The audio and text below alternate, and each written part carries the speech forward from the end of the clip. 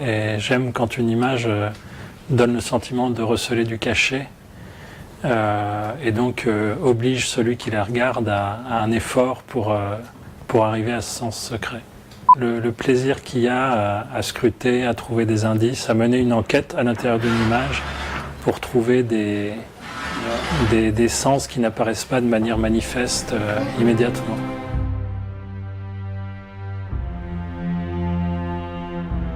Il n'y a pas une théorie du cinéma ou quelque chose comme ça. Ensuite, il peut y avoir une suite d'évocations de séquences ou de films qui proposent ces dispositifs et qui sont étudiés, oui, de manière un peu plus détaillée. Donc ça peut être Antonioni avec Blow Up, Spielberg avec Minority Report, Fenêtre sur cour, des films de fonds d'archives, type ceux de Gianni Can et Richie Lucchi.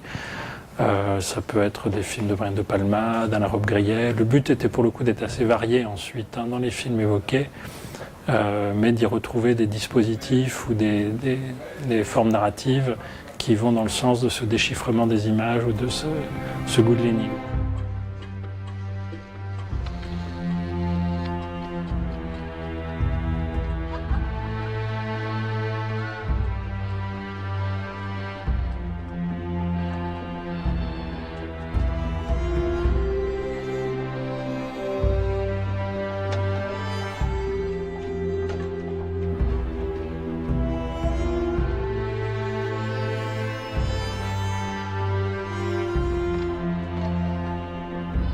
Alors c'est vrai que je parle de quelques films dont l'intrigue repose sur une illustration ou empreinte à la psychanalyse, notamment La maison de Dr Edwards et Freud, passion secrète de John Huston également.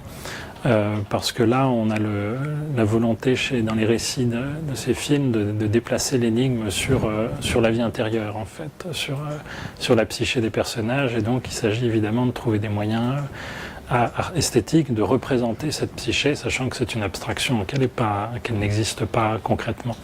Donc, je consacre effectivement quelques pages soit à des films d'Hitchcock, soit donc La maison de Dr Edwards et quelques autres, soit au film de John Huston et à toute une séquence d'analyse d'un personnage, d'une jeune femme par Freud et son collègue, justement parce que de manière assez habile, John Huston, qui a d'ailleurs fait des films d'enquête et des films noirs avant, tourne cette scène de cure comme une scène de roman policier, en fait, comme une scène d'enquête.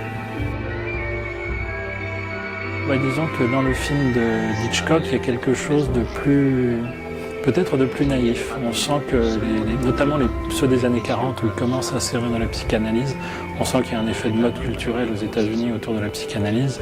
Et donc la représentation du rêve a quelque chose, notamment quand il fait appel à Dali pour le film La maison de Dr Edwards, a quelque chose d'un peu tachiste presque. Enfin c'est émouvant d'ailleurs, hein, mais aucun rêve ne ressemble évidemment à ce qui est représenté dans le film. Mais c'en est quand même une représentation singulière et amusante. Disons qu'ensuite, là, on retrouve le côté symbole un peu naïf, un peu facile, du côté du travail de Dali. Mais ce sont de très belles séquences quand même.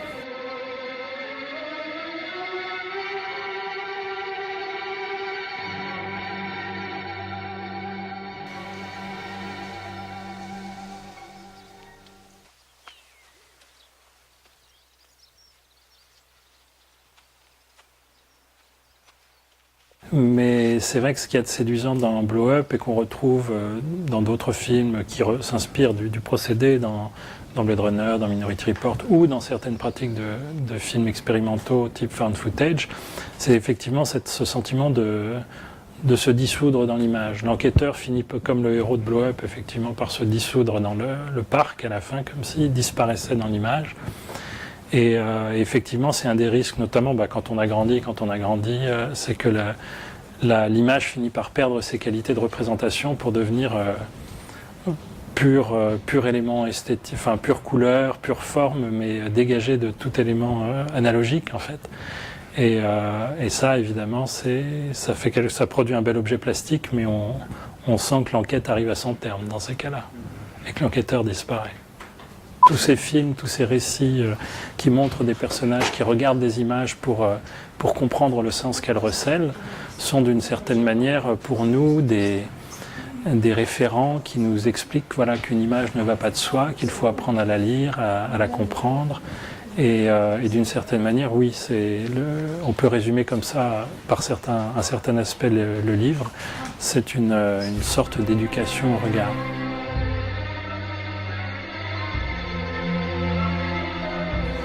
Alors je fais référence à un moment à la formule de Godard, en lui adjoignant la réponse de Brian De Palma.